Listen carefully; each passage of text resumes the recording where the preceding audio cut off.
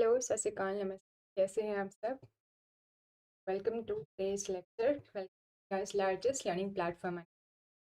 Before we move ahead, give me a verify कि अपनी team अच्छे से लाइव है. I'm sorry for the delay. Urgency और कुछ एरर के चक्कर में डिले हो गया था and I try to rectify it. अब सब सही है, so being patient for the delay.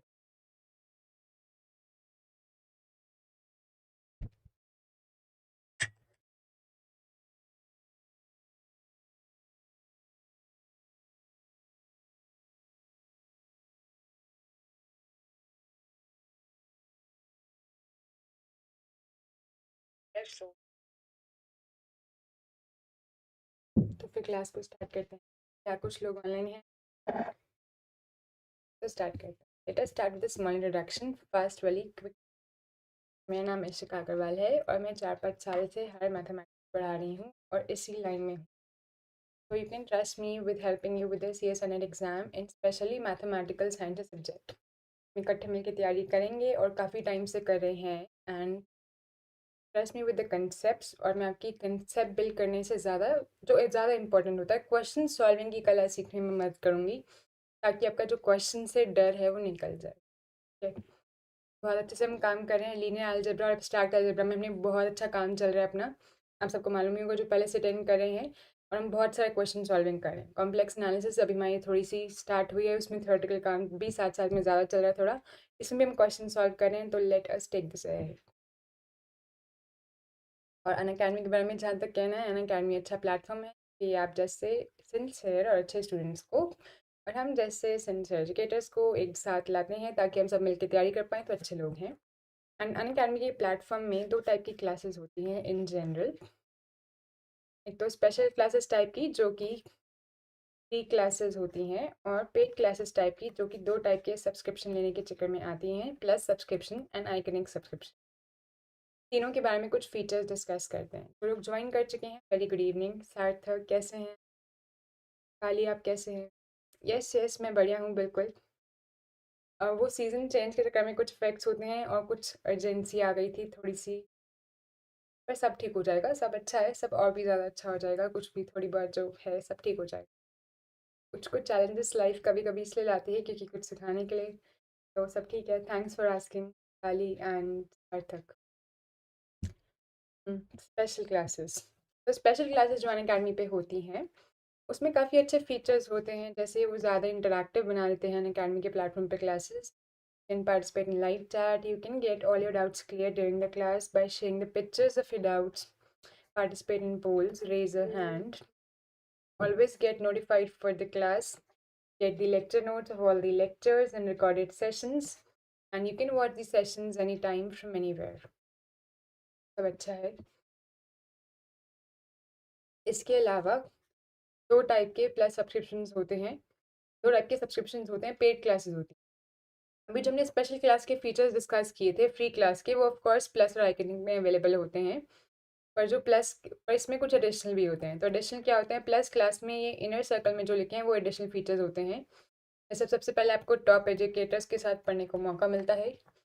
दूसरा आपको बहुत सारी लाइव क्लासेस मिलती हैं. तीसरा आपको क्विजेस और टेस्ट मिलते हैं. चौथा वेल स्ट्रक्चर्ड कोर्सेज और हर चीज़ का अनलिमिटेड एक्सेस. आइकनिक सब्सक्रिप्शन ये दूसरे टाइप का पेड सब्सक्रिप्शन है जिसमें थोड़ा सा एडवांस है और इसमें आपको अंदर वाले सर्कल वाले 5 बेनिफिट्स मिलेंगे. साथ साथ में आउटर सर्कल वाले बेनिफिट्स भी मिलेंगे. तो आपको एडिशनल क्या क्या मिलेगा? 6 बेनिफिट आपको मिलेगा. Personal guidance. 7th study planner. 8th study material. 9th regular booster doses workshops. And last but not the least test analysis. अब इन परचेजेस में अगर आप प्लस या आइकनिक सब्सक्रिप्शन लेते हैं अनअकैडमी पे किसी भी सब्जेक्ट में तो एक कोड है जो आपके काम आ सकता है इस दौरान. इशिका 10. इशिका मेरा नाम जैसे कि आप लोग जानते ही होंगे. एंड आगे 10 लगाने से ये 8 डिजिट रेफरल कोड बन जाता है. तो यूज़ करने से आपको मिनिमम 10% और इससे ज़्यादा का भी डिस्काउंट मिल सकता है. और इस डिस्काउंट कोड पर इशिका 10 पर कोई टाइम लिमिट नहीं है. पर अनअकैडमी की कुछ और मेगा ऑफर चल रहे हैं जो कि टाइम बाउंड है. उनके बारे में आपको बता देते हैं. तो अगर आप प्लस सब्सक्रिप्शन लेते हैं CSNET कैटेगरी में in between 25th to 31st October. 25th आज है यानी कि स्टार्टिंग फ्रॉम टुडे. तो आपको 6 मंथ्स के सब्सक्रिप्शन के साथ 1 मंथ का एडिशनल सब्सक्रिप्शन फ्री मिलेगा. And in case of 24 months के साथ 3 मंथ्स का एडिशनल सब्सक्रिप्शन मिलेगा। ऐसे ही एक और ऑफर है, this is valid from 21st to 27th October, कि अगर आप इस डेट के बीच में प्लस सब्सक्रिप्शन लेते हैं तो आपको 12 मंथ्स के सब्सक्रिप्शन के साथ 2 मंथ्स का एडिशनल सब्सक्रिप्शन फ्री मिलेगा in case of CSR UGC net. अब इन केस आपको सब्सक्रिप्शन लेना है तो कैसे लेना है? अनअकैडमी के लर्नर्स ऐप को डाउनलोड करें या उसकी वेबसाइट पर विजिट करें, अपने क्रेडेंशियल्स डालें, लॉगिन या साइन अप करें, कैटेगरी सेलेक्ट करें, click on get subscription and then you can select a subscription plan that suits you either of plus और आइकनिक।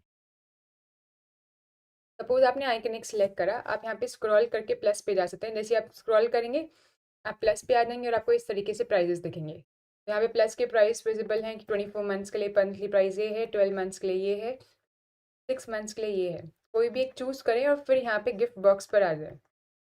सेम अगर आप आइकनिक चूज़ करते हैं तो ये मंथली प्राइजेस हैं, 24 मंथ के लिए ये, 12 मंथ्स के लिए मंथली प्राइस, 6 मंथ्स के लिए ये प्राइस। एंड यहाँ पे फिर गिफ्ट बॉक्स है जहाँ पे आप रेफरल कोड इशिका 10 डाल सकते हैं। जैसे ही आप कोड डालेंगे यहाँ पे छोटा सा ना अप्लाई लिखा आ जाएगा, अप्लाई का बटन, उस पर क्लिक करें। उस पर क्लिक करते ही तुरंत सारे प्राइजेस 10% से रिड्यूस हो जाएंगे। जब प्राइस रिड्यूस हो जाए तो प्रोसीड टू पे पर क्लिक करें। प्रोसीड टू पे पर क्लिक करने पे you will be taken to this page जहाँ पे आप कोई पेमेंट मेथड चूज कर सकते हो एंड पेमेंट गेटवे के थ्रू कंप्लीट करके अपनी payment you can get all the benefits of the subscription. एक और फीचर है बग्स बाउंटी का, you can report anything you find inappropriate in the video. ठीक है, ओके। तो अपना स्केड्यूल जल्दी से आपको बता देते हैं जो रहता है थ्रू आउट द वीक और फिर चलते हैं वीडियो पर। आज की वीडियो में हम एक स्पेशल इनक्वालिटी डिस्कस करने वाले हैं जिस पे बेस्ड क्वेश्चन आ जाता है कि इंटीग्रल को सॉल्व करने में थोड़ा सा हेल्प करती है, उसका एक अपर बाउंड बताती है। तो इसलिए हम बेसिकली अपर बाउंड थ्योरम भी कहते हैं इसको फॉर कॉम्प्लेक्स इंटीग्रल। तो ये बड़ी अच्छी चीज़ है। और इंटीग्रल को एज एंटी डेरिवेटिव देखेंगे कि कब हमें इंटीग्रल, हमने कॉन्टूर इंटीग्रल सीखा है, तो कब अपना इंटीग्रल कॉन्टूर के ऊपर डिपेंड नहीं करता है, सिर्फ एंड पॉइंट्स पर डिपेंड करता है, वो वाली बात देखेंगे। ठीक है, ओके। तो जल्दी से स्केड्यूल बता देते हैं। अभी अपने 3 कोर्सेज लाइव चल रहे हैं। पहला एब्स्ट्रैक्ट अलजेब्रा का, इसकी क्लास होती है वेडनेसडे, जनरली एक होती है। अब उसके अलावा और भी वीक में हो सकती हैं डिपेंडिंग अपॉन कितना टाइम है, तो मैं वेडनेसडे वाली क्लास में ही वो अनाउंसमेंट कर देती हूँ। इस बार वेडनेसडे को 2 क्लासेस होंगी, ऑलरेडी स्केड्यूल्ड हैं, आप देख लीजिएगा। एक 8 बजे होगी आई गेस और एक 9 बजे, या फिर एक 7:30 बजे और एक 9 बजे, आप चेक कर लीजिएगा। ठीक है, एंड टाइमिंग्स फिक्स होती हैं वैसे 8 to 9 PM, क्योंकि आपकी बार डबल क्लास है तो आपकी बार आई गेस ऐसा होगा 7:30 से 8:30 एंड 9 to 10:30 मोस्ट प्रोबेबली। ठीक है, यानी अकेडमी के लर्नर्स ऐप पर होती है स्पेशल क्लास यानी कि फ्री क्लास, या फिर आप इस लिंक पर विजिट करके भी इसको खोल सकते हैं। ठीक है, in algebra that is the second subject की क्लास हर सैटरडे संडे को होती है वीकेंड बैच पे, 2 days a week. Timing fix 9 to 10:15 PM इसी यूट्यूब चैनल पर जिस पे अभी आप ये क्लास देख रहे हैं। एंड तीसरा है अपना कॉम्प्लेक्स एनालिसिस का लेक्चर, जिसका आज एक लेक्चर है Monday to Friday, 5 days a week, frequency सबसे ज़्यादा 9 to 10:15 PM class, unless there is a delay जैसे आज थोड़ा था।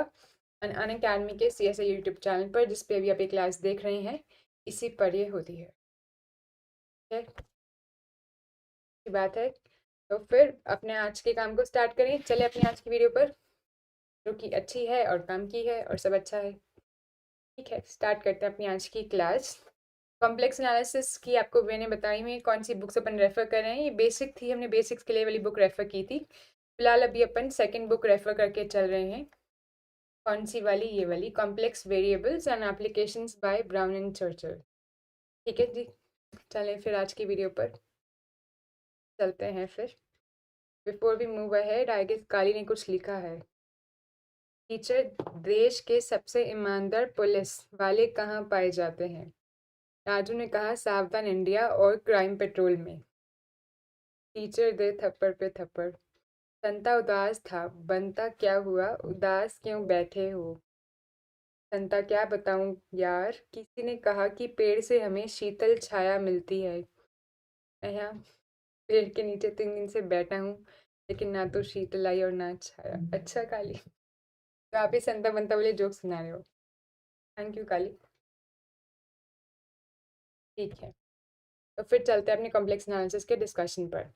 देखो अभी तक हमने जो पढ़ा था, क्या पढ़ा था हमने? आज हमने दो वीडियो बातें सीखनी है। एक तो एम एल इनइक्वालिटी भी कहते हैं और एम एल थ्योरम भी कहते हैं, तो ये सीखनी है। वैसे तीन बातें सीखनी है, पर आई गेस इसी तीसरी बात हम नहीं पहुंच पाएंगे, उसको अलग से ही वीडियो में बात करेंगे, देखते हैं। सबसे पहले एम एल इनइक्वालिटी सीखेंगे, फिर anti derivative. Of course anti derivative मतलब इंटीग्रेशन होता है, वो तो हम सीख ही रहे हैं 2-3-4 दिन से। तो आज स्पेशल क्या है?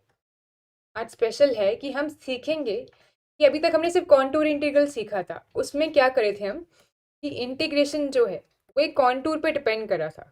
ऑफ कोर्स कॉन्टूर जो है हमने देखा था वो किसी पॉइंट्स पर क्लोज इंटरवल पर डिफाइंड होता है ना। तो अगर सिर्फ एंड पॉइंट्स पर ही उसकी वैल्यू देखकर इंटीग्रेशन बता पाए तो कितना अच्छा है। जैसे कि हम रियल में करते थे डेफिनेट इंटीग्रेशन, तो इसमें भी ऐसा पॉसिबल है, पर ऐसा कब पॉसिबल है वो थ्योरम आज हम देखेंगे कि फंक्शन अगर कॉन्टिन्यूस हो या एनालिटिक हो एंड सो ऑन जो भी बातें हैं, तो उस केस में ये इंटीग्रेशन रिड्यूस हो जाता है बस इसमें, z1 से z2 तक फंक्शन ऑफ z dz, इतनी सी बात। तो कितना आसान हो जाएगा कैलकुलेशन, हमें कॉन्टूर चेक नहीं करना पड़ेगा, आसान हो जाएगा कैलकुलेशन। तो वो कब होता है वो वाली थ्योरम आज देखेंगे, ठीक है। और टाइम रहा तो जो मुझे मालूम नहीं रहेगा तो ये टॉपिक हम कल ही देखेंगे, पर इसका नाम बता देते हैं क्योंकि ये आप सबका फेमस होता है, ब्रांच कट। और इसके ऊपर क्वेश्चन में पेपर में आता है। ऑफ कोर्स ब्रांच कट नाम का ही नहीं लिखा होगा, पर ब्रांच कट नाम पढ़ते वक्त सभी को अटकता है और पेपर में ऐसा क्वेश्चन दिख जाता है, ठीक है। तो ऑफ कोर्स ये पढ़ेंगे मोस्ट प्रोबेबली अलग से वीडियो में, यानी कि कल ही पढ़ेंगे, ठीक है। तो आज का अपना जो काम है वो पहली दोनों चीज़ें हैं, तो इस पे काम करते हैं। तैयार है सब? ठीक है। उससे पहले कुछ छोटी मोटी बातें जो आपके लिए क्वेश्चन की तरह है। अच्छा, मैं आपसे पूछूं कि एक सेट को हम बाउंडेड कब कहते हैं, तो आप बता पाओगे? कुछ बेसिक डेफिनेशन में देखना चाहती हूँ आपकी मैथ्स की टर्मिनोलॉजी कितनी अच्छी है। तो आज हम कुछ टर्मिनोलॉजी आपकी चेक करते हैं, ठीक है। चलो अच्छी बात है। एक सेट को बाउंडेड कब कहते हैं? तो first question for you, when is a set said to be bounded? Bounded set की डेफिनेशन बताएं, ठीक है, बताएं जी। फिर अगर मैं पूछूं सीक्वेंस को बाउंडेड कब कहते हैं, तो बाउंडेड सीक्वेंस की डेफिनेशन बताएं, ठीक है। और फिर नेक्स्ट क्वेश्चन है कि फंक्शन को बाउंडेड कब कहते हैं, फिर उसकी डेफिनेशन बताएं। आप समझ रहे ना मैं क्या चाहती हूँ? तो हम पहले सेट से, फिर सीक्वेंस से, फिर फंक्शन पर आ रहे हैं, ठीक है। सीक्वेंस भी एक टाइप का फंक्शन ही होती है, पर पहले वही ना, हम पहले छोटे टाइप से चल रहे हैं। और फंक्शन और सीक्वेंस भी बाउंडेड होना उसके सेट, किसी एक सेट पे डिपेंड करते हैं, तो सब इंटर रिलेटेड है। तो अगर आप इनमें से कोई भी एक चीज समझते हैं तो बाकी आप समझ पाएंगे। देखते हैं आपकी टर्मिनोलॉजी कितनी अच्छी है, आने दे आंसर्स। तो काली ने कहा a set is bounded when it is both bounded above and bounded below. Kali absolutely correct. और अच्छे से डिटेल करें, बाउंडेड अबव कब होता है और बाउंडेड बिलो कब होता है। अभी आपने सब कुछ इंग्लिश में बता दिया, इसका मतलब क्या है, थोड़ा सा और मैथमेटिक्स में जाएं। बाउंडेड अबव कब होता है? ईशी ने कहा जिस सेट में सुप्रीमम और इनफीमम एग्जिस्ट करता हो। सूरज ने कहा it has upper bound and lower bound is said to be bounded. Satish ने कहा वर्ड बड़े दिख रहे हैं मैम। अच्छा, सब ओके, सबकी डेफिनेशन सही है। सतीश आपकी बात मुझे समझ नहीं आई, और पर हाँ थोड़ा और डिटेल करो। ये बिल्कुल ठीक है कि बाउंडेड सेट मतलब अगर एस कोई भी सेट है किसी भी स्पेस का जो सबसेट है रियल नंबर का या कॉम्प्लेक्स नंबर का, ठीक है ना। फिलहाल चलो कॉम्प्लेक्स ही मान के चल लेते हैं क्योंकि हम कॉम्प्लेक्स की दुनिया में, तो एक्स क्यों मान के चला, टोपोलॉजी में क्यों जाना, हम कॉम्प्लेक्स में रहते हैं। तो अगर एस कॉम्प्लेक्स नंबर का सबसेट है तो उसे बाउंडेड कब कहेंगे? जब उस सेट के सारे एलिमेंट्स जो हैं वो हमें कैसे पता लग जाए कि वो किसी दो नंबर्स के बीच में बाउंडेड है। अब कॉम्प्लेक्स नंबर में छोटा बड़ा तो होता नहीं है, तो कॉम्प्लेक्स नंबर्स वाले सेट को बाउंडेड कब हम कहेंगे, कब कहेंगे, ये यही पूछना था आपसे। अगर कोई रियल का सेट है ना, तो इसको हम बाउंडेड कह देंगे। अगर ऐसे subset of real then S is bounded. कब बाउंडेड कहते हैं हम? When there exist, if there exist small m comma capital M belonging to real number such that m से x बड़ा है और x से ऐसे वाला, ये वाला रिलेशन फॉलो होता हो for all x belongs to s, ऐसे डिफाइन करते हैं। ये हो गया bounded set in real number. अगर कॉम्प्लेक्स नंबर में डिफाइन करना है तो कैसे करेंगे ये बताओ। बिल्कुल सूरज आपने सही कहा, अगर रियल में करना तो वो वाली डेफिनेशन सही है बिल्कुल। आपने एम की जगह कैपिटल आपने एल ले लिया, एम ले लिया, ठीक है, सही है सूरज, ओके।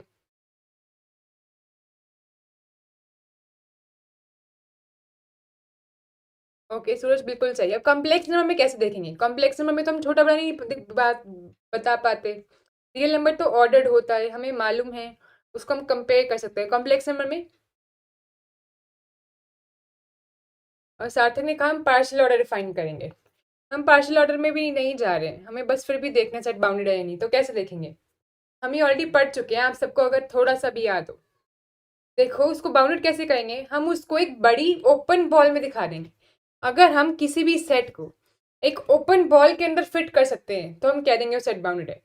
तो ऐसे subset of complex number is said to be bounded if there exist an open ball. Open ball को कैसे दिखाते थे हम? बी किसका सेंटर कोई भी कॉम्प्लेक्स नंबर हो जो कोई भी एप्सिलॉन रेडियस की हो, सच दैट एस जो है इस बॉल का सबसेट हो जाए। समझे? तो अगर इस बॉल का सबसेट एस हो रहा है तो हम कह देंगे कि सेट बाउंडेड है। This is one way to show it कि हम किसी भी ओपन बॉल में सेट को दिखाने की बैठा हुआ है for some epsilon greater than 0 और जेड नॉट कोई भी कॉम्प्लेक्स नंबर है।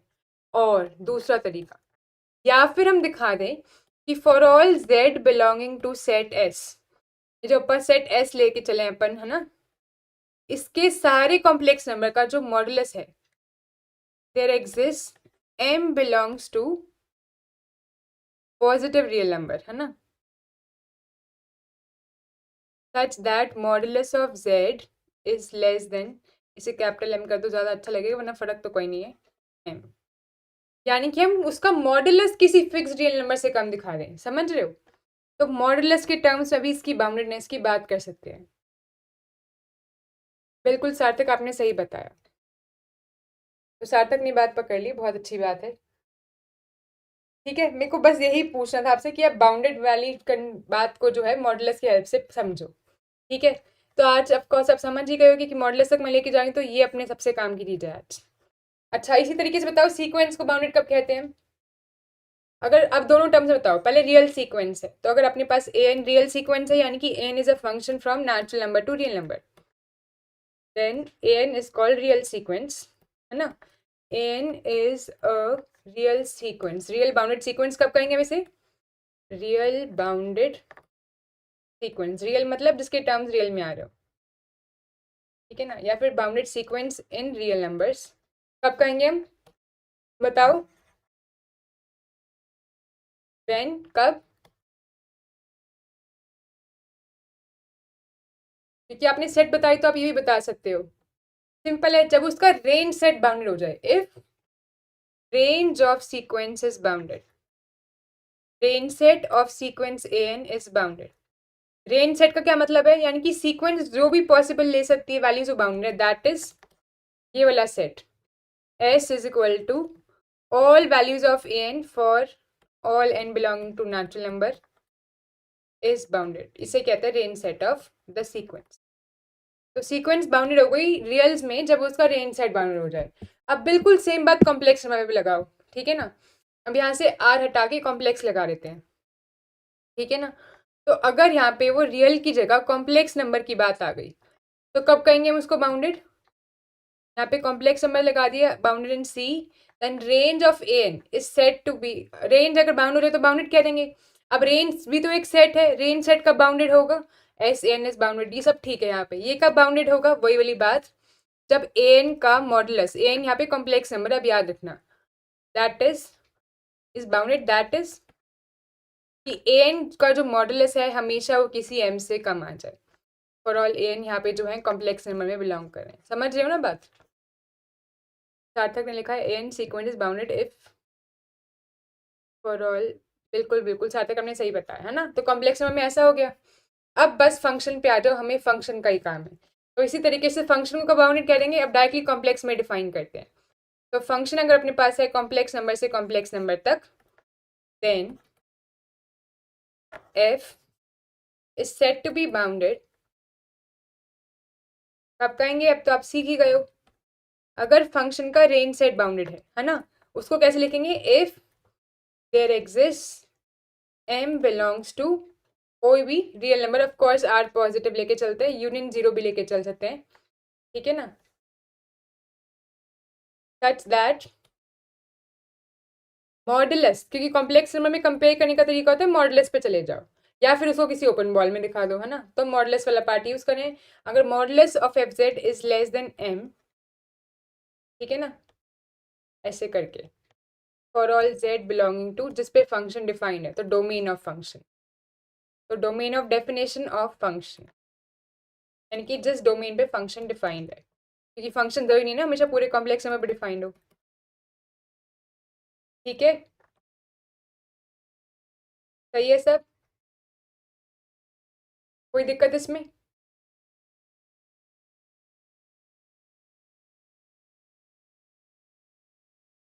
सब सही, बढ़िया है, अच्छा है सब, ओके। तो इस केस में हम इसे बाउंडेड कह देंगे। अब चलते हैं अपनी थ्योरम पर। हम जो पढ़ने वाले हैं M L inequality, M L theorem, वो बहुत ज़बरदस्त है। उसके लिए हमें एक लेमा की जरूरत पड़ेगी। तो हम क्या पढ़ने वाले हैं? Upper bound for moduli of contour integral, यानी कि एक कॉन्टूर इंटीग्रल अपने पास अगर गिवन हो, ऐसे वाला, ठीक है, तो एक तो तरीका है कि हम इसकी वैल्यू निकाल लें, पर कभी कभी ना इसका जो एफ जेड फंक्शन है हो सकता है वो टेढ़ा मेढ़ा हो, तो क्वेश्चन में आपसे इसकी वैल्यू नहीं पूछेगा, बोलेगा बस ये बता दो कि इस इंटीग्रल की वैल्यू कौन से नंबर से कम या ज्यादा आ जाएगी, बता दो। अब इसका मॉडुलस अगर हम कर रहे हैं तो मतलब वो कोई रियल नंबर आ जाएगा, तो बोल रहे हैं बता दो बस ये कि कौन सा रियल नंबर आ जाएगा जिससे वैल्यू कम ज्यादा आ जाएगी। तो अल्टीमेटली हम दिखाएंगे कि एक m इन 12 करके ऐसे हम रियल नंबर निकाल सकते हैं जिससे इसकी वैल्यू हमेशा लेस देन इक्वल टू आ जाती है। तो इसी को कहते हैं एम एल इनइक्वालिटी और एम एल थ्योरम। ये क्या है अभी सीखेंगे। इसको सीखने के लिए एक लेमा की जरूरत है, तो पहले वो लेमा देखते हैं। ये लेमा आपने वैसे भी देखा हुआ इंटीग्रल कैलकुलस में, शायद आपने पढ़ा हो। इन केस ऑफ रियल भी ये काम करता है। क्या कि अगर हम कैसा इंटीग्रेशन करें डेफिनेट वाला ऐसा, तो ये कैसा काम करता है कि modulus of integral is less than equal to integral of mod. याद आ रहा है? सुना हुआ है रिजल्ट ये। तो अगर अपने पास डब्ल्यू टी कोई piecewise continuous complex valued function है, पहले रियल में आपने देखा होगा, अब हो गया ये कोई complex valued function defined on an interval. बस ये फंक्शन कैसा होना चाहिए? पीस वाइज कॉन्टिन्यूस हो, ये जरूरी है, क्योंकि आपको मालूम है फंक्शन इंटीग्रेट करने के लिए कैसा होना चाहिए? कॉन्टिन्यूस। या हम पीस वाइज कॉन्टिन्यूस को भी अलाउ करते हैं, क्योंकि फिर हम उसको कैसे कर सकते हैं? ब्रेक कर सकते हैं अपने कॉन्टिन्यूटी वाले रीजन में, है ना। तो अगर फंक्शन पीस वाइज कॉन्टिन्यूस है और कॉम्प्लेक्स वैल्यूड है एक इंटरवल ए वी पर, तो हम क्या करेंगे? हम ये वाली प्रॉपर्टी पक्का होल्ड होगी। इसको कैसे रीड करते हैं? Modulus of integral is less than equal to integral of mod, ठीक है। काली ने कहा ओपन बॉल का सेंटर होगा, बिल्कुल काली होगा। यहाँ तक सब ठीक है? कोई दिक्कत है इस लेमा में? इजी, कोई दिक्कत नहीं है? किसी को कोई दिक्कत नहीं है? चले आगे। अब है ये मेन एम एल इनइक्वालिटी या एम एल थ्योरम, जो अपने काम की चीज़ है। क्या सबको रीडेबल है? दिख रहा है अच्छे से? साइज बड़ा छोटा करना है तो बता दो। एम एल थ्योरम या एम एल इनइक्वालिटी भी कहते हैं।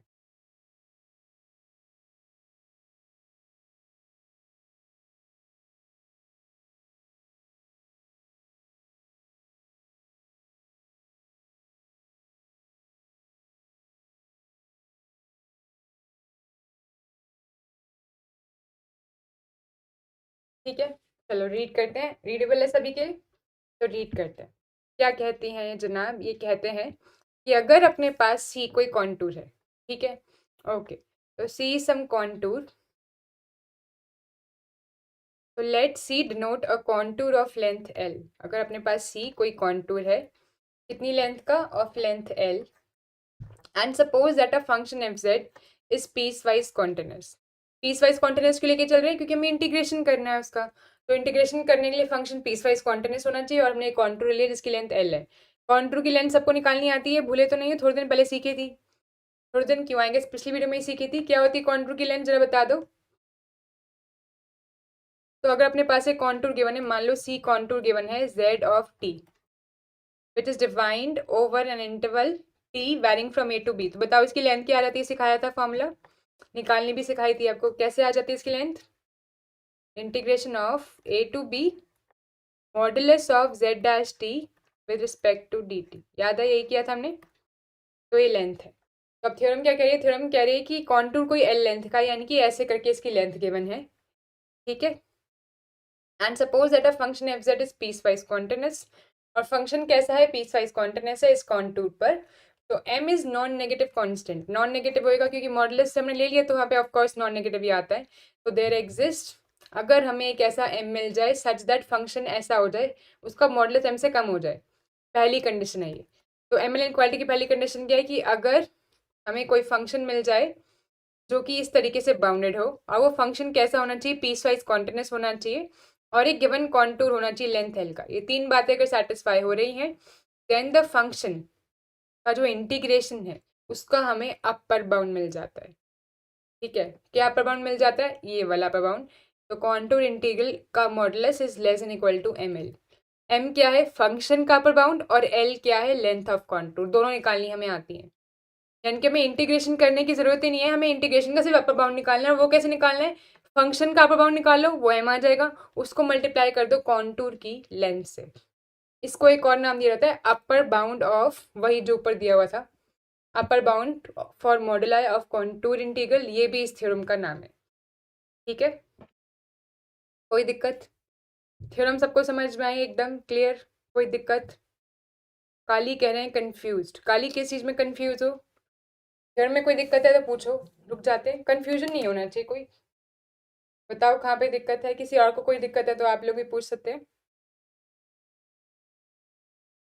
इसलिए मैं बहुत धीरे धीरे चल रही हूँ, पहले आपको बाउंड्रीनेस की डेफिनेशन याद कराई, आप लोगों से पूछी इनफैक्ट मैंने, और आप लोगों ने मुझे याद कराई। बताओ कहाँ पे दिक्कत परेशानी।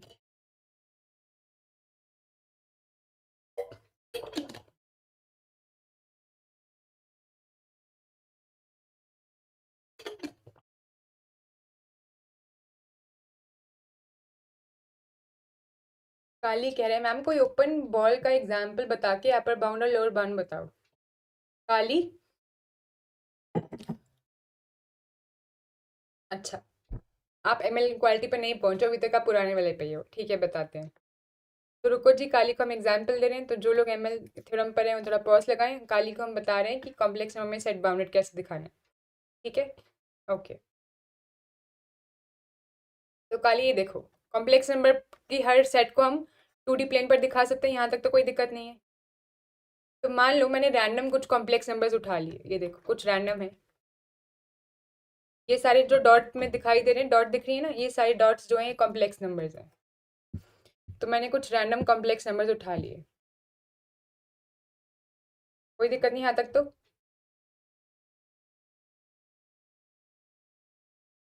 तो we have chosen some random complex number.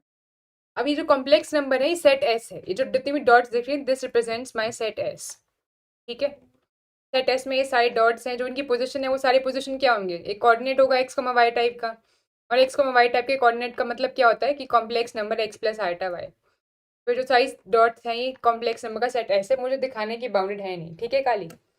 तो पक्का हम एक ऐसी बॉल ढूंढ पाएंगे, कोई भी बॉल, पक्का आपको दिख रहा है कि एक बॉल हमें ऐसी मिल जाएगी सच दैट, कैसी मिल जाएगी, देखो मिल गई एक बॉल, एक बॉल मिली जिसके अंदर ये सारे पॉइंट्स आ गए सारे पॉइंट्स।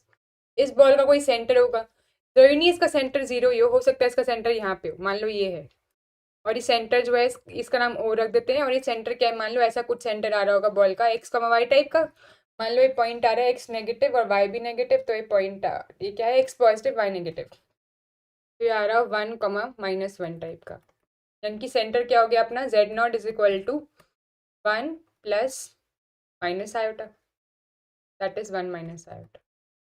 1 - आयोटा सेंटर वाली हमें एक बॉल मिल गई है, इसका कुछ रेडियस होगा, ऑफ कोर्स रेडियस कुछ पॉजिटिव नंबर मिल जाएगा, तो कुछ रेडियस होगा, अभी कोई भी रियल नंबर होगा R5 6 कुछ भी हो सकता है, सच दैट ये पूरा पॉइंट का जो सेट है वो कवर हो गया इस बॉल में। तो हम इस बॉल का नाम क्या रख देंगे, ग्रीन वाली बॉल का नाम हो गया है ball centred at 1 - iota with radius R।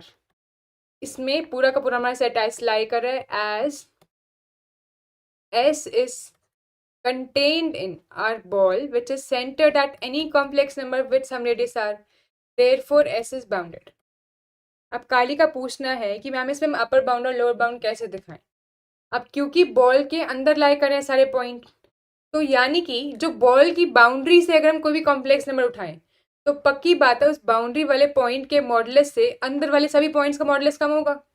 काली याद है हमने पढ़ा था ये बात, ध्यान दो। अब आप पे चलते हैं, सिर्फ इस बॉल की बात करो। ये बॉल एक सर्कल है, आपको सर्कल की इक्वेशन लिखना सिखाया था काली। बताओ इस सर्कल की इक्वेशन क्या होगी। तो क्योंकि ये कुछ भी बॉल है, बॉल में क्या इक्वेशन होती है बॉल की, z माइनस जो भी उसका सेंटर है, सेंटर इसका 1 माइनस आयोटा है, तो 1 माइनस आयोटा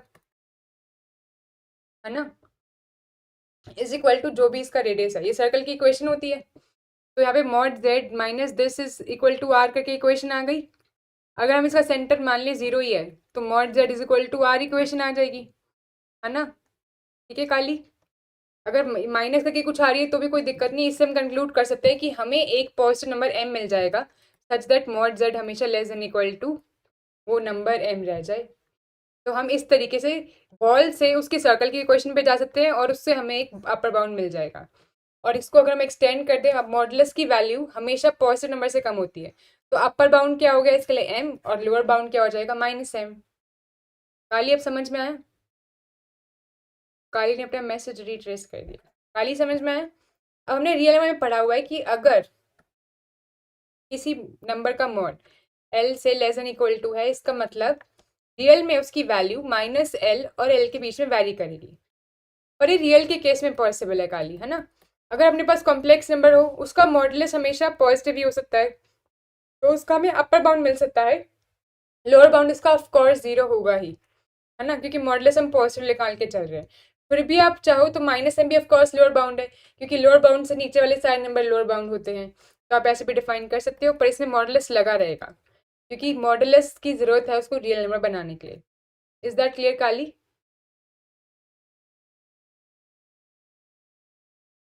काली कह रहे हैं मतलब बॉल की बाउंड्री अपर बाउंड और सेंटर लोअर बाउंड। नहीं, सेंटर लोअर बाउंड क्यों होगा काली, ध्यान से देखो। बॉल की बाउंड्री का जो मॉडुलस है दैट इज अपर बाउंड, है ना। ये देखो हमने मॉडुलस निकाला एक, या तो आर अपर बाउंड होगा या इससे बड़ा कोई नंबर अपर बाउंड होगा, इसका मॉडुलस अपर बाउंड होगा, और वही इसका नेगेटिव उसका लोअर बाउंड होगा, या फिर 0 लोअर बाउंड होगा। ठीक है, आया समझ काली। चले आगे।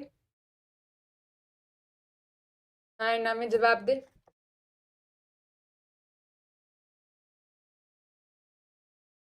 कोई पर्टिकुलर एग्जाम्पल लेके दिखाऊँ, ये मैंने रैंडम लिया था ताकि ज्यादा एग्जाम्पल में स्कोप रहे। काली कह रहे माइनस एम तो है ही नहीं। कैसी बात कर दी काली आपने, माइनस एम क्यों नहीं है। अगर एम रियल नंबर है तो माइनस एम क्यों नहीं है।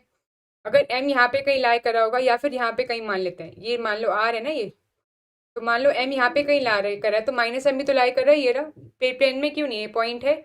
इस पॉइंट को कहते हैं माइनस एम कॉमा जीरो, इस पॉइंट को कहते हैं एम कॉमा जीरो।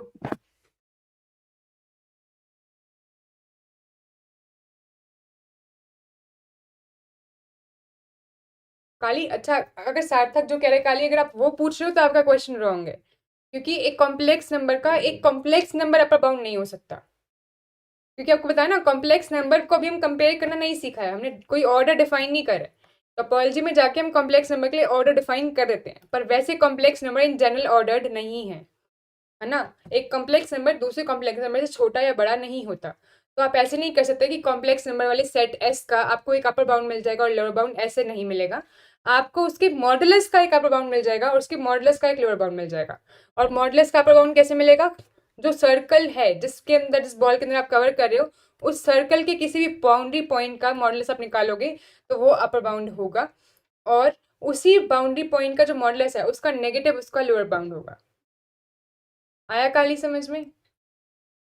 आया ना में जवाब दे काली, आप जवाब नहीं दे रहे हैं, सार्थक दे रहे हैं, आपको देना पड़ेगा तभी समझ में आएगा।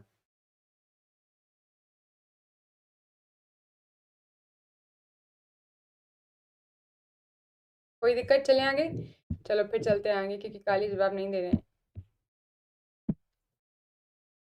तो इस तरीके से कॉम्प्लेक्स नंबर में एक सेट को बाउंडेड कहते हैं।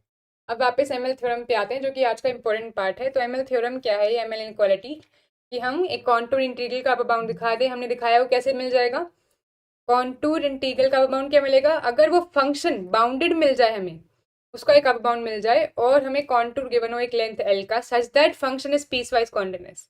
ये तीनों बातें अगर सेटिस्फाई हो रही हो कि फंक्शन बाउंडेड है, फंक्शन पीस वाइज कॉन्टिन्यूअस है, एक कॉन्टूर गिवन है लेंथ एल का जिसके ऊपर हमें फंक्शन का इंटीग्रल निकालना है, तो अगर ये तीन बातें सेटिस्फाई हो रही हो तो हमें अपर बाउंड मिल जाता है इंटीग्रल का, और वो मिल जाता है m इंटू एल। ठीक है, इससे इंटीग्रल निकालना आसान हो जाता है।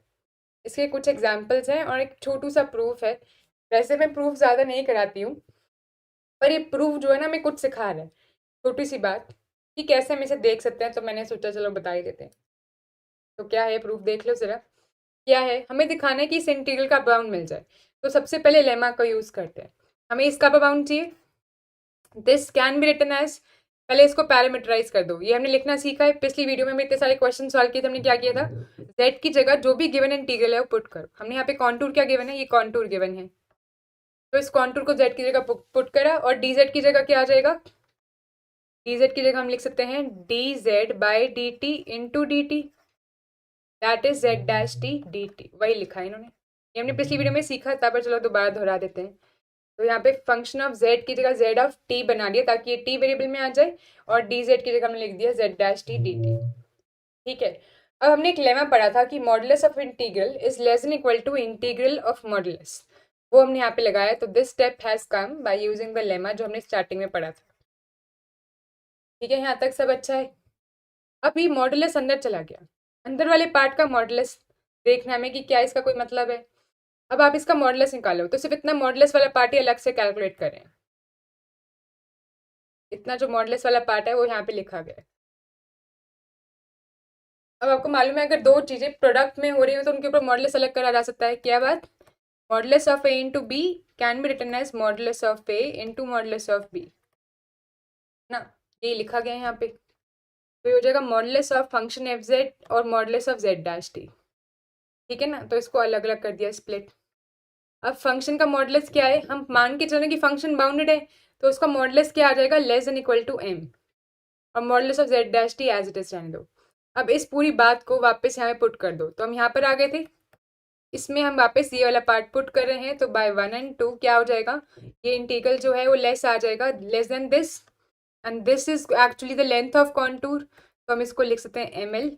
तो फाइनली अपने पास क्या आ गया कि अपना कॉन्टूर इंटीग्रल का जो मॉडुलस है, जो कॉन्टूर इंटीग्रल है उसकी मॉडुलस का हमें एक अपर बाउंड मिल जाएगा, that is m into L, where m is the upper bound of the function and l is अपना लेंथ ऑफ द कॉन्टूर।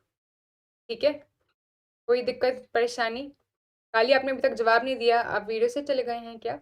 आपको पुराना डिस्कशन समझ में आ गया काली, और ये बात भी समझ में आ गई थ्योरम सभी को? एग्जाम्पल की तरफ चलें, क्या कहना है जनता? चलो फिर चलते हैं। आई गेस ये एंटी डेरिवेटिव वाली थ्योरम आ गई, तो एग्जाम्पल देखते हैं न्यू पेज पर।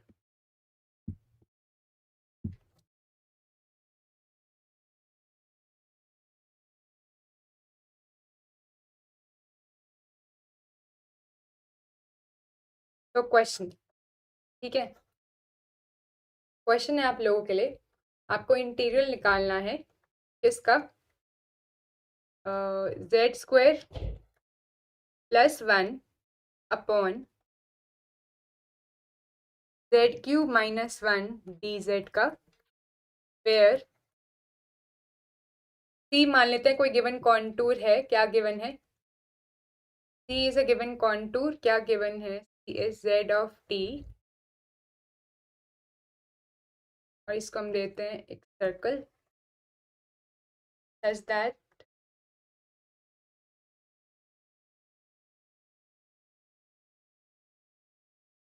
t varies from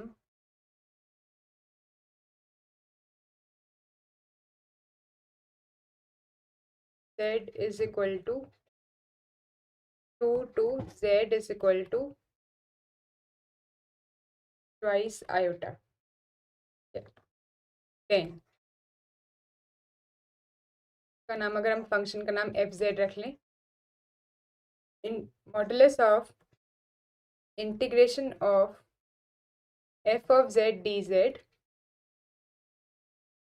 is bounded above by any numerical answer type question है जिसमें आपको फिलिंग द ब्लैंक्स भरना होता है ना, तो आपको बताना है आंसर क्या, कैलकुलेट करो। तो अब तो जो अपने सेक्शन सी है उसमें न्यूमेरिकल आंसर टाइप क्वेश्चन भी आ जाता है नेट में, आपको मालूम है ना, इनकी फिलिंग द ब्लैंक्स, उसमें आपको आंसर भरना हो सकता है। तो उस केस में क्या करते हैं, अपना आंसर निकालो, उसको नियरेस्ट वैल्यू तक कैलकुलेट करो और फिर उसमें से आंसर या तो भरना होता है या ऑप्शन में दिया होता है उसमें से चूज करना होता है। ठीक है, तो निकालो, बताओ क्या आंसर आ जाएगा। आपको मालूम है एमएल थ्योरम लगानी है, निकालो, देखते हैं कौन सही से करता है।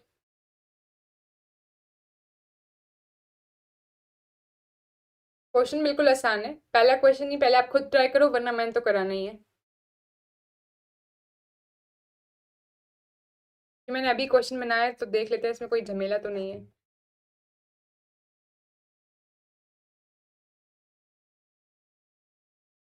ठीक जैसा ही लग रहा है।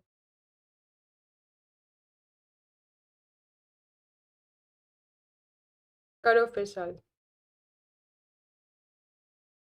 काली का कहना है मतलब कॉम्प्लेक्स नंबर को, क्या लिखे काली आपने, मॉड जेड करके रियल नंबर बना लेंगे, फिर रियल में जैसे करते थे ऊपर बाउंड लो बाउंड वैसे फाइंड करेंगे।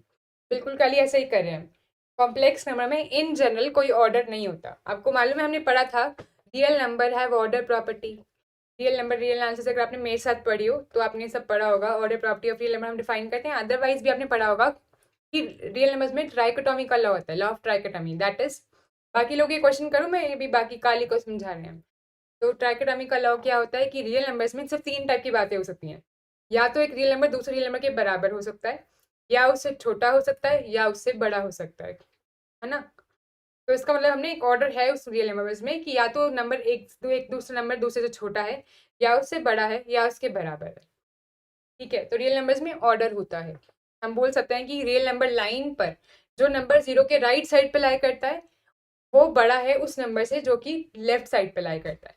रियल नंबर लाइन पे अगर हम कोई भी दो नंबर उठाएं तो जो राइट वाला नंबर है वो हमेशा लेफ्ट वाले नंबर से क्या होता है, बड़ा होता है। ये ऑर्डर है ना रियल नंबर लाइन पे, हमने पढ़ा है। कोई भी राइट पे उठा लो, आपने 5 उठाया, उसका लेफ्ट का कोई भी नंबर उठाओ वो उससे छोटा होगा। 5 के लेफ्ट पर क्या लाई करेंगे, सारे नेगेटिव नंबर्स, 0 भी, 1 भी, 2 भी, 3.5 भी, वो सब 5 से छोटे होंगे। कॉम्प्लेक्स में ऐसा कुछ है क्या, बताओ काली। 1 प्लस आयोटा और 2 प्लस आयोटा में से कौन सा बड़ा है। मैम पता नहीं, दो पॉइंट्स हैं प्लेन के, क्या पता। तो इस केस में हम इसका मॉडुलस निकाल के कंपेयर कर लेते हैं, ये हमने कंपेयर करने का एक तरीका निकाला। ठीक है काली।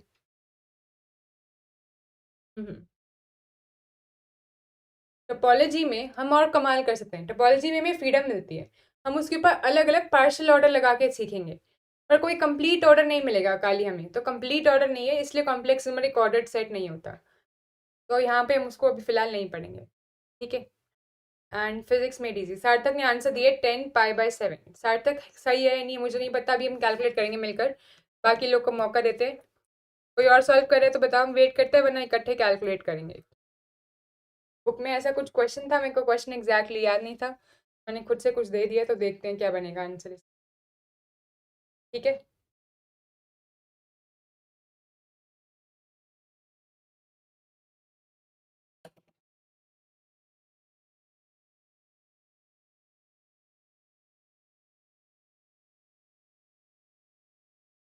बाकी लोग कोई सॉल्व कर रहे हैं।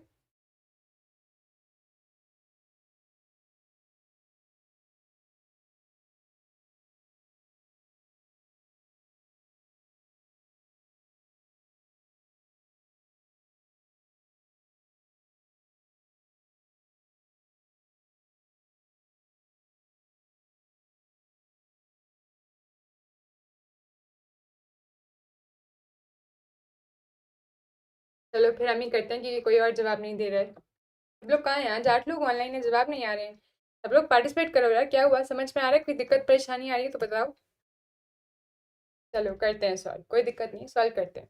हमें फंक्शन एफ जेड क्या गिवन है, अब हमें मालूम है कि हमने अभी भी एमएल इनक्वालिटी पढ़ी कि वही लगाने की है, अदरवाइज क्वेश्चन को देख के कैसे समझना है, जब भी वो कोई बाउंड पूछ रहा है और कॉम्प्लेक्स इंटीग्रल का, यानी कि हमसे अपर बाउंड थ्योरम यानी कि एमएल इनक्वालिटी लगाने को बोल रहा है, साफ सुथरी बात। ठीक है।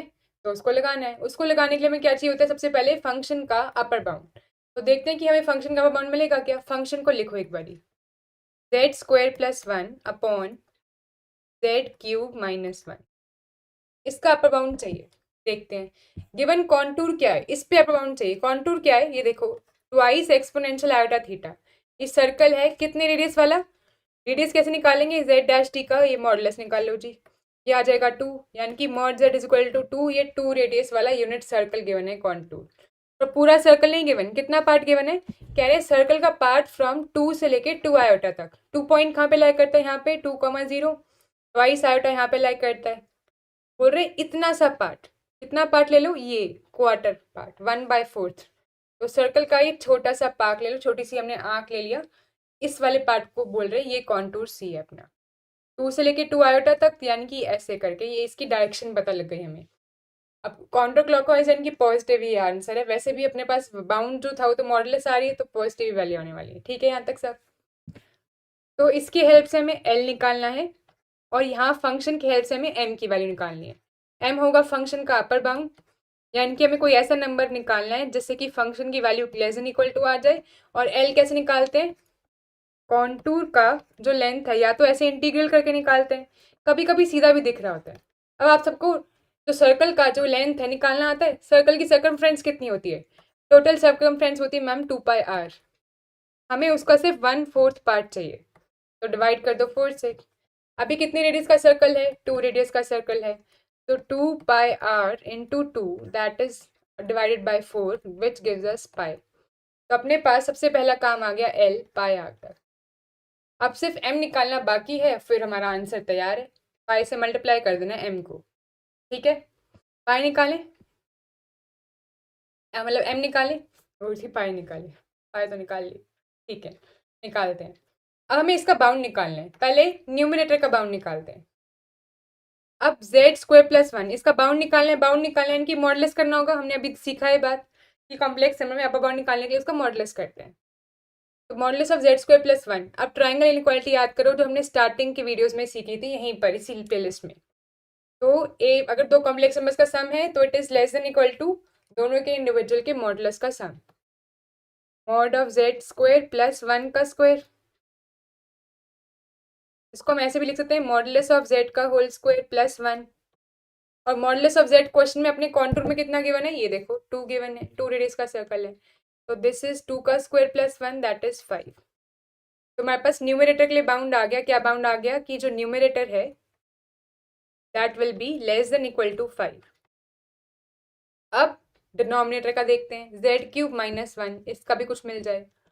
अब हमें डिनोमिनेटर का चाहिए यानी कि जेड क्यूब माइनस वन का चाहिए, पर डिनोमिनेटर में है यानी कि बेसिकली हमें 1 upon Z cube minus one का कोई यहाँ पे अपर बाउंड जैसा चाहिए, है ना, ये चाहिए। तो 1/z-1 का अपर बाउंड मान लो कुछ भी k करके है, तो बेसिकली अपने को क्या चाहिए, दोनों साइड रेसिप्रोकल कर लो, हमें चाहिए z³ - 1 का कोई लोअर बाउंड मिल जाए ऐसे करके, है ना। तो z³ - 1 का कोई लोअर बाउंड निकालते हैं। ये तो ऐसे रफ वर्क है, मैं आपको बता रही हूँ करना कैसे है, सोचना कैसे है। ठीक है, दिस इज रफ। अब सोचते हैं। तो बेसिकली पहले हमें z³ - 1 जो डिनोमिनेटर में होता है उसका लोअर बाउंड निकाल लो। वापस से लगाएंगे ट्राइंगल इनइक्वालिटी। ट्राइंगल इनइक्वालिटी कहती है कि किसी भी चीज का डिफरेंस जो है वो इसके इंडिविजुअल डिफरेंस से बड़ा होता है, यानी कि z³ माइनस मॉड ऑफ 1 का मॉड कर तो इससे बड़ा आ जाएगा, हाँ। मॉडलेस ना भी करो तो भी बड़ा ही होता है, नेगेटिव करने से भी कौन सी बात हो गई, है ना। ठीक है, तो बड़ा ही रहता है इससे। अब ये वैल्यू पुट करो, मॉडलेस ऑफ जेड का क्यूब यानी कि 8 - 1 से बड़ा है मॉड ऑफ z³ - 1। 8 - 1 इज 7। अब दोनों साइड रेसिप्रोकल ले लो तो ये आ जाएगा 1 अपॉन, और रेसिप्रोकल लेने से सिंबल चेंज हो जाता है ना, क्या आ जाएगा ये, इट इज लेस देन 1/7। तो हमें डिनोमिनेटर के लिए भी अपर बाउंड मिल गया और न्यूमरेटर के लिए भी।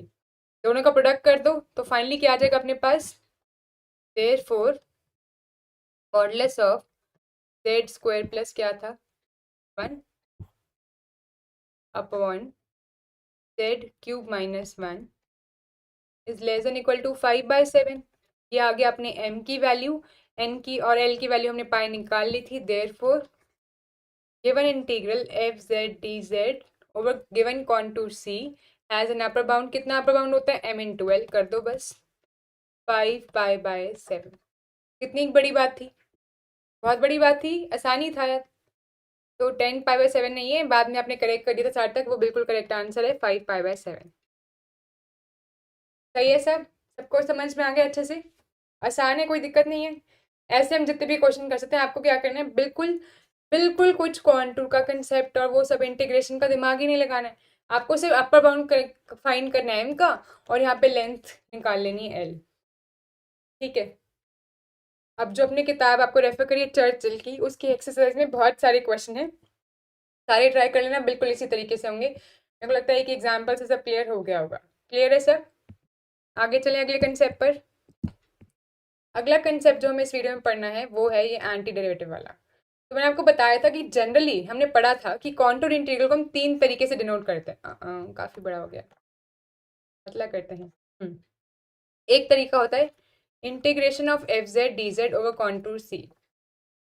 दूसरा तरीका होता है ये वाला, z1 से लेके z2 F Z D Z.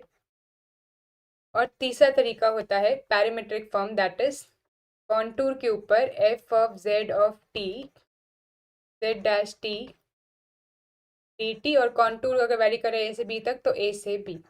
3 तरीके होते हैं। ये तो हम कॉन्टूर इंटीग्रेशन, और ये जो लास्ट है उसकी पैरामीट्रिक फॉर्म, ये तो एग्जैक्टली इक्वल होते हैं। तो इनके अगर हम नामकरण कर दें फर्स्ट, सेकेंड और थर्ड फॉर्म, तो फर्स्ट और थर्ड फॉर्म तो इक्वलेंट है, तो फर्स्ट और थर्ड फॉर्म बिल्कुल इक्वलेंट है। जो सेकेंड फॉर्म है वो हमेशा यूज नहीं करी जा सकती। तो ये वाली फॉर्म है, ये स्पेशल फॉर्म है, आपको बताया था उस वक्त भी, लिखते वक्त मैंने बताया था। ये सिर्फ हम तब यूज करते हैं कॉन्टूर इंटीग्रेशन के लिए जब जो कॉन्टूर है वो बेसिकली एक रास्ते की तरह काम करे, कर्व की तरह जिस पे चल के इंटीग्रेशन करना है। तो जब इंटीग्रेशन कॉन्टूर पर डिपेंड ही ना करे, बस उसके एंड पॉइंट्स पर डिपेंड करे, उसके फाइनल पॉइंट्स पे, तो इंटीग्रेशन सिर्फ एंड पॉइंट्स पर डिपेंड करता है और डेफिनेट इंटीग्रेशन जैसा बन जाता है, जैसा हम रियल में करते थे। इसको आप कंपेयर कर सकते हो वर्क डन से।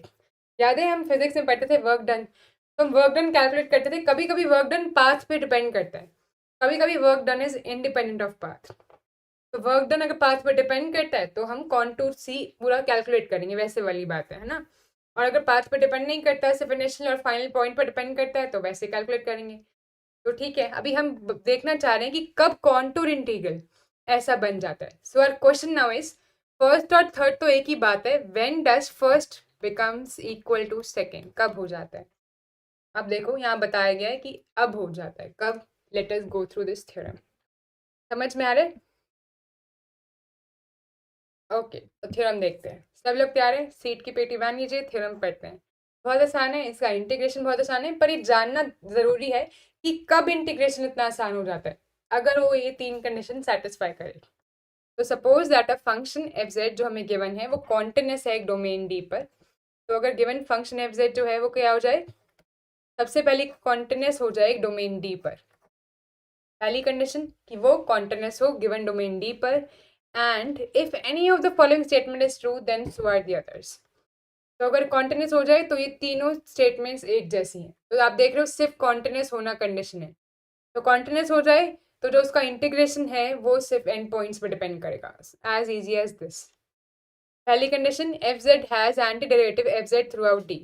तो अगर कॉन्टिन्यूस है तो पक्का उसका एंटी डेरिवेटिव मिल जाएगा, ठीक है ना। यानी कि given condition, first condition implies all those parts.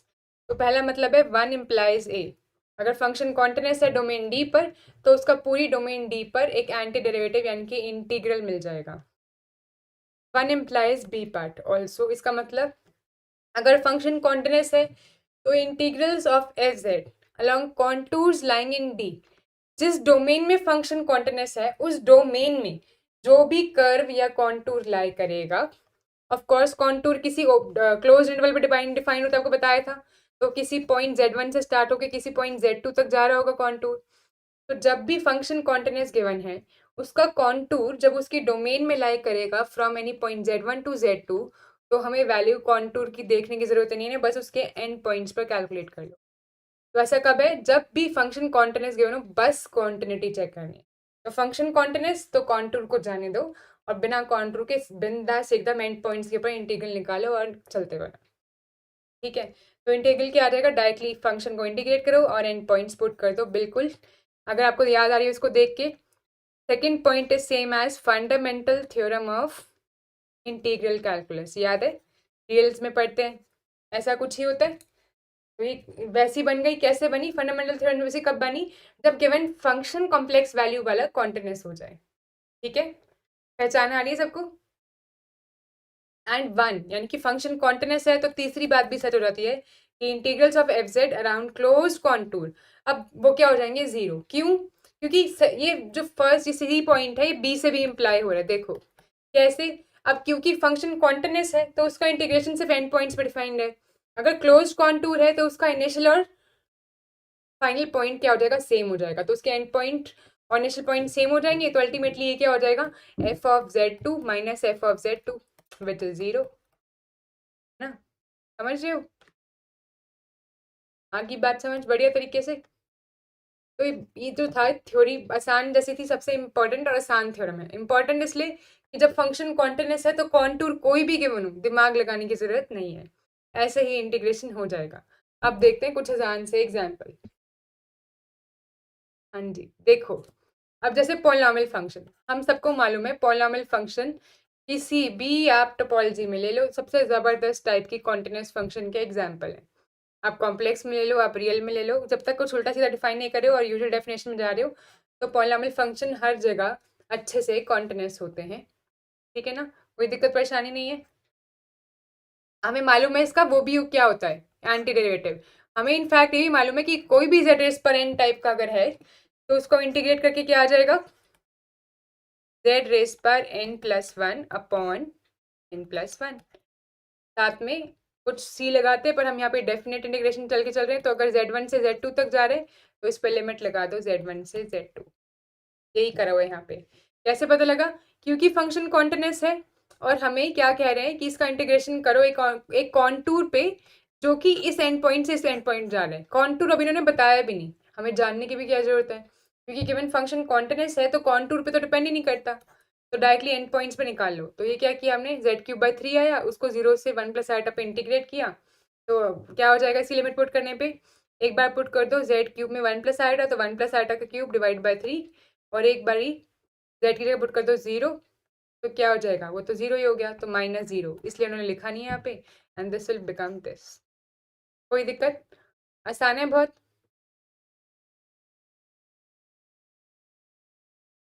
बिल्कुल Kali, starting point is equal to end point then integration is 0, यही बात है। एक और एग्जाम्पल, ऐसे ही आप लो, ये वाला फंक्शन, ये कैसा है, इनवर्स ऑफ अ पॉलिनॉमियल। हमें मालूम है जब भी z जीरो नहीं है, अगर z जीरो नहीं हो उसके अलावा कोई हम ओपन सेट लेके चले या कोई डोमेन लेके चलें, उसके ऊपर ये बढ़िया तरीके से ओपन कनेक्टेड सेट कोई लेके चलें, डोमेन लेके चलें, उसमें बढ़िया तरीके से कॉन्टिन्यूअस हो जाएगा। बस हमें z इक्वल टू 0 पे दिक्कत थी, हमने 0 निकाल दिया, हमने डोमेन लेके चल लिया ये वाला area, mod of z is greater than equal strictly greater than 0, यानी कि बस 0 नहीं है, ये पता क्या हो जाएगा, modulus of z strictly greater than 0 क्या होता है, ये पंक्चर्ड कॉम्प्लेक्स प्लेन रिप्रेजेंट कर रहा है, entire complex plane except the point 0, कि सिर्फ 0 एक ऐसा कॉम्प्लेक्स प्लेन है जिसका मॉडुलस 0 होता है। समझ रहे हो, तो ये पूरा कॉम्प्लेक्स प्लेन है except 0, this is basically complex numbers minus 0, ऐसा भी डिनोट करते हैं C स्टार या C माइनस 0। ठीक है, तो उसके ऊपर फंक्शन ज़रा डिफाइन है और हमें मालूम है इसका इंटीग्रेशन क्या आ जाएगा, क्योंकि हमें मालूम है derivative of 1 by Z is -1 by Z square, तो अब -1 की जगह 1 बाई जेड स्क्वेयर का इंटीग्रल क्या आ जाएगा, ये देखो D by D Z of -1 by Z, तो ये हो जाएगा 1 अपॉन जेड स्क्वेयर। अब इंटीग्रल क्या होता है, एंटी डेरिवेटिव, तो 1 बाई जेड स्क्वेयर का एंटी डेरिवेटिव क्या आ जाएगा, -1 बाई जेड, वही करना है। इसका एंटी डेरिवेटिव क्या आ जाएगा, -1 बाई जेड, पर क्योंकि हमने यहाँ पे कॉन्टूर क्या लेके चला है, पॉजिटिवली ओरिएंटेड सर्कल, वो क्लोज्ड कर्व है, तो जब भी क्लोज्ड कर्व हो और गिवन फंक्शन कॉन्टिन्यूअस हो तो आपको कुछ करने की जरूरत नहीं है, चुपचाप 0 लिख लेना, क्योंकि continuous function on a closed contour always have 0 integral. ये है अपनी थ्योरम। तो अगर अपने पास फंक्शन कॉन्टिन्यूअस हो एफ जेड डी जेड और कॉन्टूर क्लोज्ड हो, theorem is equal to 0 where fz is continuous। थोड़ा ध्यान से देखना क्या लिखा जा रहा है। फंक्शन क्या होना चाहिए? कॉन्टिन्यूस। कहाँ पर? इन अ डोमेन डी, और कॉन्टूर सी उसी डोमेन में लाई करना चाहिए, है ना। And C is a contour in D.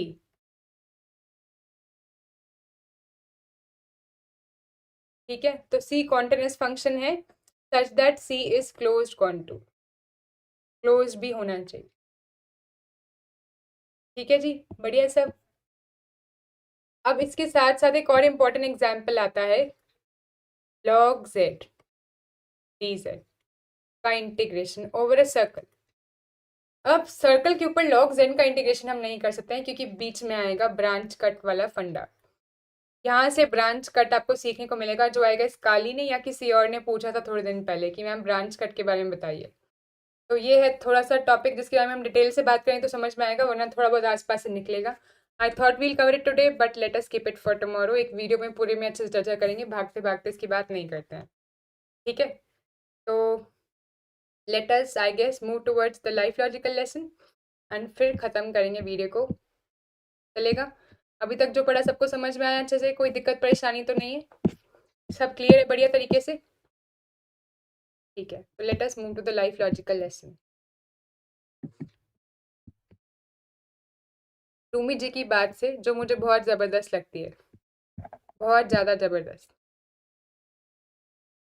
Rumi sir मुझे बहुत ज़्यादा पसंद है क्योंकि वो पोएट हैं, और मैं भी लिखती हूँ। मैं और मेरा भी ऐसे काम है ना जैसे वाला, तो जो बहुत कनेक्ट कर पाते हैं ऐसे लाइफ से और थोड़ा अपने आप से, लोगों से, नेचर से, अपने दिल से, तो वैसे वाले टाइप के।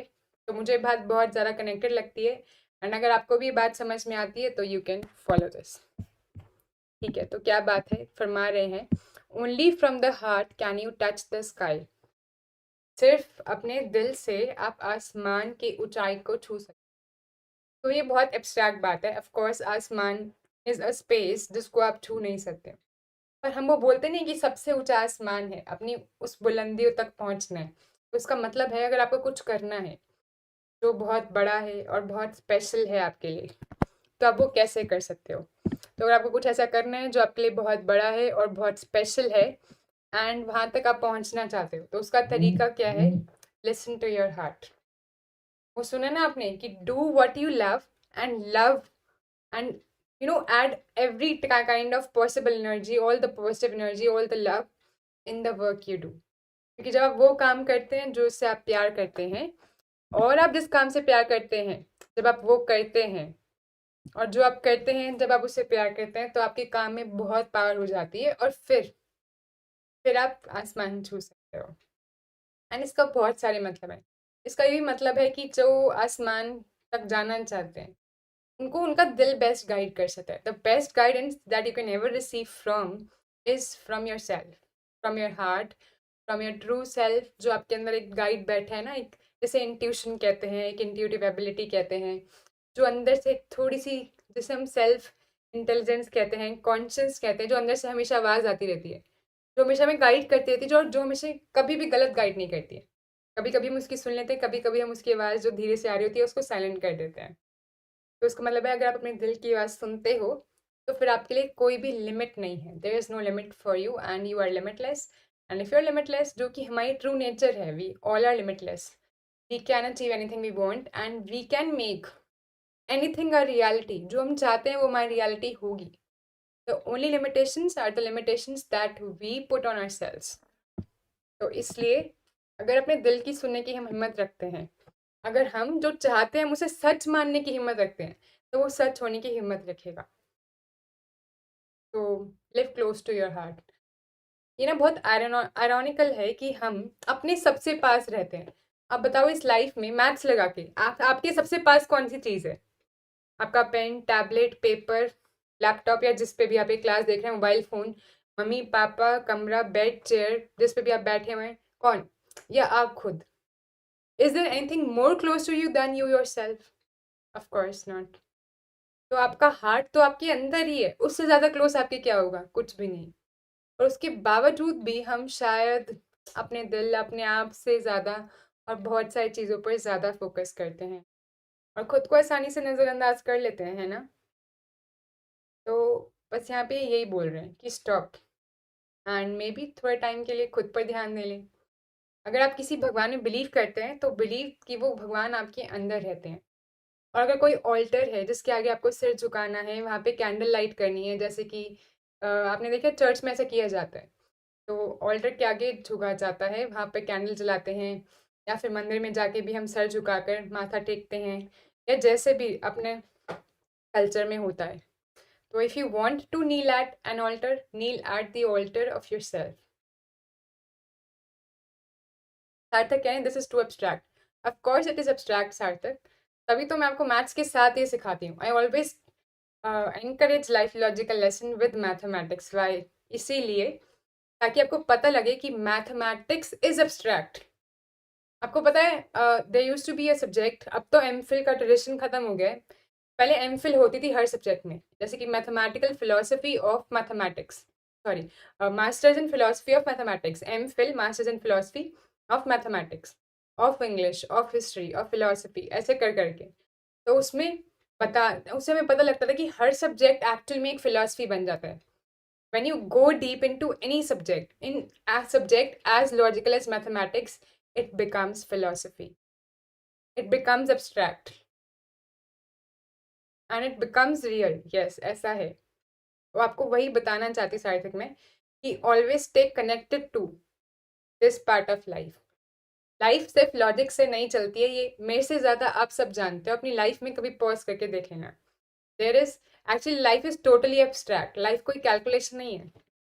हम मैथमेटिक्स और साइंस और ये सब सीखते हैं, वो क्या करते हैं, हम उस एब्स्ट्रैक्टनेस में कुछ ना कुछ लॉजिक ढूंढ के अपनी समझ से उसे समझने की कोशिश करते हैं।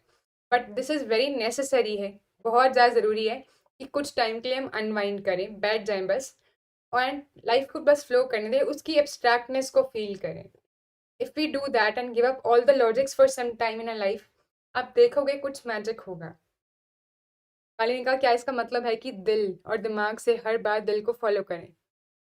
वाली इसका मतलब है कि दिल और दिमाग और आप और गॉड और आपकी कॉन्शियस और आपकी इंट्यूटिव पावर कुछ भी अलग नहीं है। इसका मतलब है heart is just a symbolic meaning, जैसे स्काई सिंबॉलिक है। स्काई को छूने का मतलब ये थोड़ी कि आप सच में स्काई छू कर आओगे। तो यहाँ पे हार्ट का मतलब ये नहीं कि सच में हार्ट की सुनिए, heart doesn't speaks. It means आपके अंदर से जो आवाज़ आती है, जो आपकी ट्रू सेल्फ की आवाज़ है, जो आपका दिमाग और दिल और कॉन्शियस, वो सब एक है। ठीक है कल? हाँ, पर दिल और दिमाग को अगर आप ऐसे कहते हो कि थोड़ी सी जो ज़्यादा लॉजिकल वाली बात अगर उसे आप दिमाग कह रहे हो, और थोड़ी सी ज़्यादा इमोशनल वाली बात उसे दिल कह रहे हो, तो ये आपको चूज़ करना है कि आपकी इंट्यूटिव आवाज़ कौन सी, आपको पता लगेगा कौन सी ट्रू आवाज़ जो आपके अंदर से आ रही है। ऑफ कोर्स अपने अंदर हमेशा दिमाग में डायलॉग चलता रहता है, 2-3 लोग बात करते हैं दिमाग में, सब नहा भी रहे हैं, कुछ भी कर रहे हैं, तो एक क्वेश्चन पूछता रहेगा, एक दिमाग की आवाज़ है जो आंसर करती रहेगी। बट इन सब आवाज़ों के अलावा एक आवाज़ होती है जो हमेशा गाइड करती है और हमेशा सपोर्ट करती है और हमेशा होती है। हम उस आवाज़ की बात करें जो ना दिल की आवाज़ है ना दिमाग की आवाज़ है। That is the voice from your true self, और उसे हम हार्ट की आवाज़ कह रहे हैं। ठीक है?